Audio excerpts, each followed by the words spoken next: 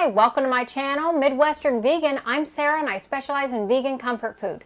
Last week I asked you if you'd like to try a simple, easy recipe like mashed potatoes and gravy, or a more difficult recipe like baked mac and cheese for your Thanksgiving side. You chose baked mac and cheese. Let's gather our ingredients and get started.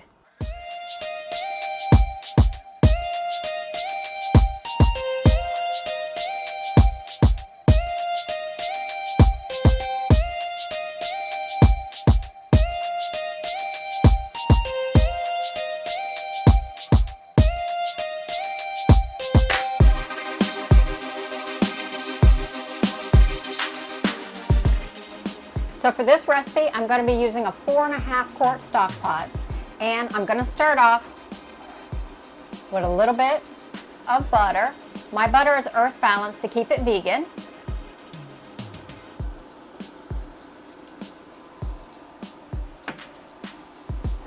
After I get my butter cooking on medium-low, I'm going to add onions.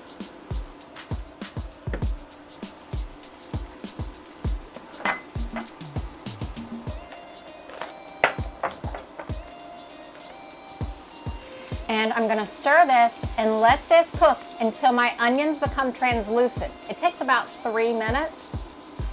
Baked mac and cheese, this was my recipe where I'm not going vegan until I can make baked mac and cheese, because cheese was my hardest thing to give up. When I was deciding between going vegetarian to going vegan, I was like, I am not giving up my cheese. So this recipe took me 2 years to master, but it is definitely worth it. So now, as you can see, my onions are translucent. The pan's a little hot. I'm going to add my seasonings. Yellow mustard.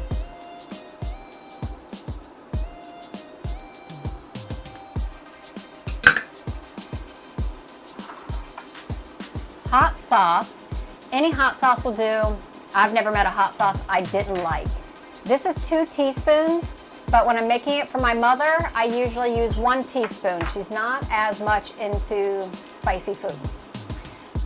And actually, I'm not going to add my garlic yet. Let me add my salt and pepper.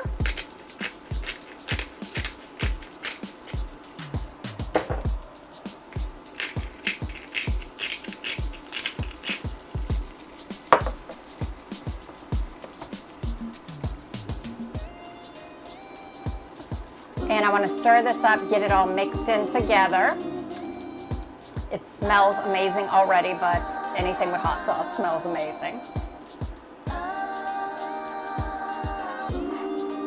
Now I'm going to add my garlic. I don't like to add the garlic too soon because it can burn.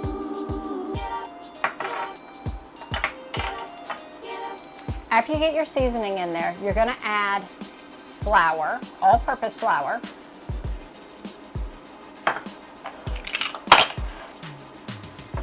And you're going to stir this up and let the flour really coat the onions, and it's going to come a little bit clumpy. I think clumpy is a good word for it. It'll look like a onion paste. Now, once you get this mixed up, you're going to stir this and let that flour cook. It takes about 2 to 3 minutes because you want to get that flour taste cooked out. This is going to be more of a thickening agent than anything.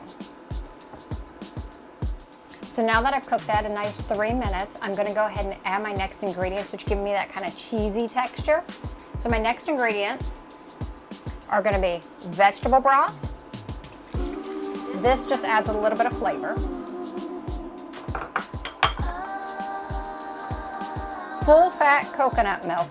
Again, this was on the no monkey list. I had some questions about that last week. Some companies use monkeys for collecting coconut. So no monkey slave labor in the production of this baked mac and cheese. Below, I'm going to list a link that will tell you which companies don't use monkeys to collect the coconut milk. Now I'm going to stir this up and I'm going to mix it really well. Actually, I'm going to use a whisk for this.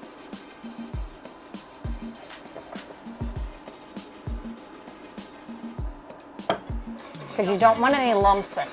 So I'm going to use a whisk, make sure I get all the lumps out. And this is going to be the base for your cheese sauce. So it's very important that you get this smooth. Once you get all the lumps out, what you're going to do is you're going to let this thicken. That's going to take between 8 and 10 minutes, and it'll become like a cheese consistency almost.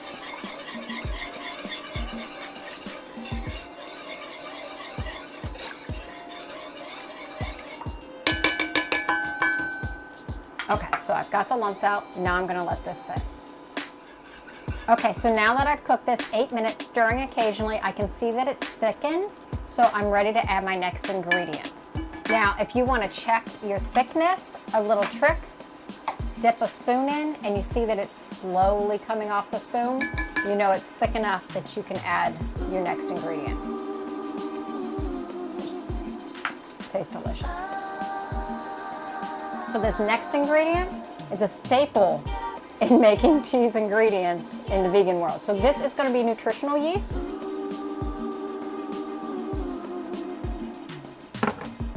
When you're looking for nutritional yeast in the grocery store, it's going to be impossible to find. So I did bring 2 little packages. I'm using Bob Red Mill here, but I also sometimes use Simple Truth. When you're looking for this in the grocery store, it for some reason is usually mixed in with flour and brown sugar.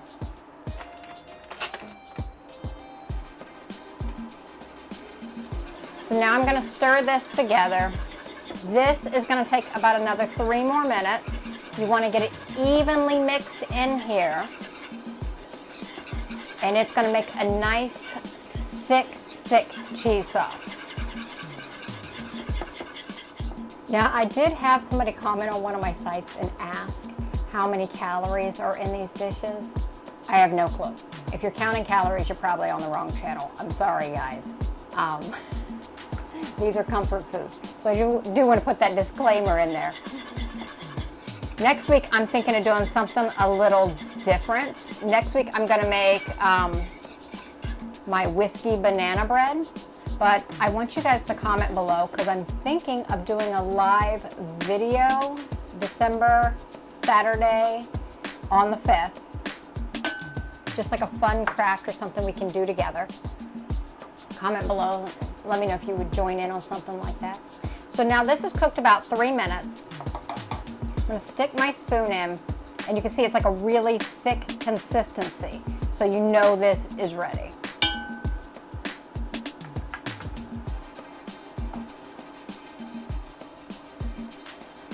So now that my cheese sauce is ready,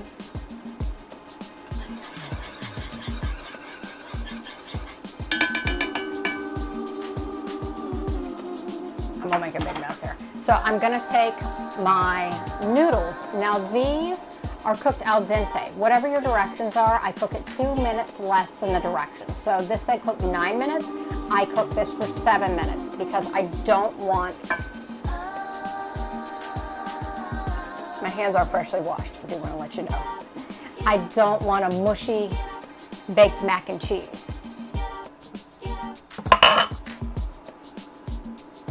Now at this point, I'm going to get my spoon, make sure every single noodle is coated. You do not want any dry noodles in a baked mac and cheese.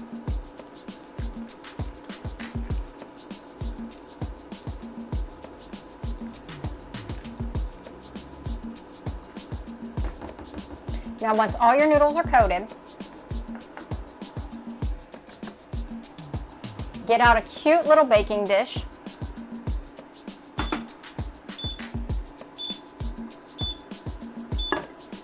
And you're just going to dump it in your baking dish. This is going to beep very loudly because I'm using an induction cooker. It's probably confused why there's a ceramic thing sitting on top of it. So I got everything in here, and I'm going to set this aside while I make my bread crumble topping. Now that I've set that aside, I'm going to work on my crispy topping. So I'm going to turn this loud thing back on.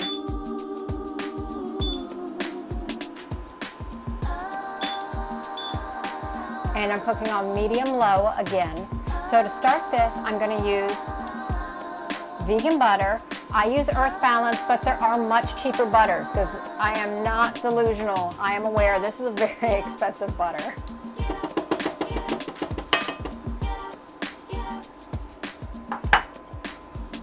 So once my butter started melting, I'm going to go ahead and add some finely diced onions.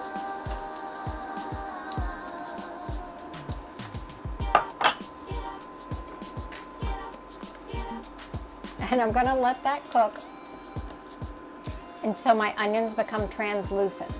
Again, that's going to be another 3 minutes. Now, I know I asked you if you guys want to do a live video, so I want to tell you the dish I'm thinking of doing for the live video.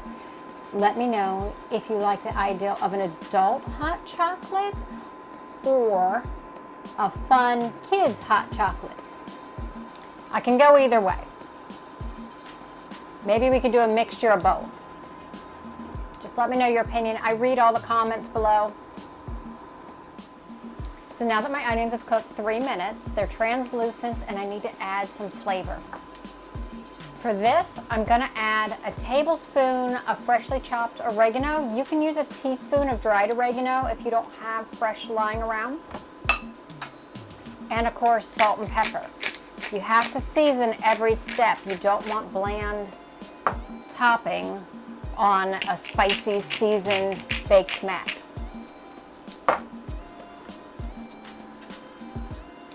So I'm going to just stir those in, get everything incorporated.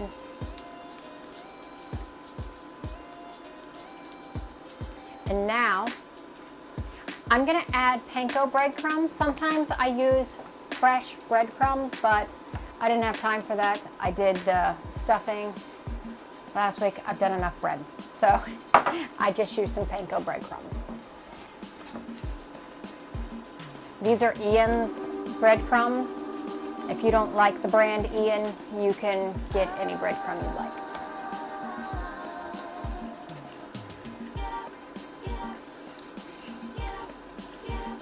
So you want to make sure you get everything coated. You don't want dry breadcrumbs. It's not going to cook very well if it's not fully coated.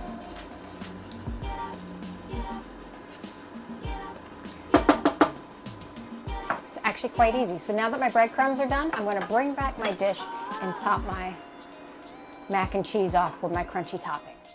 So now I've brought my baked mac and cheese back and I'm going to add my crunchy topping. Make sure you get everything covered.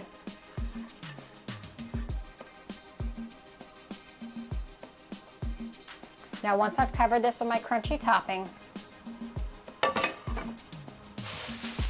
going to take a sheet of tin foil because I'm going to cook this in the oven on a high temperature. I'm going to cook it at 400 degrees for 25 minutes.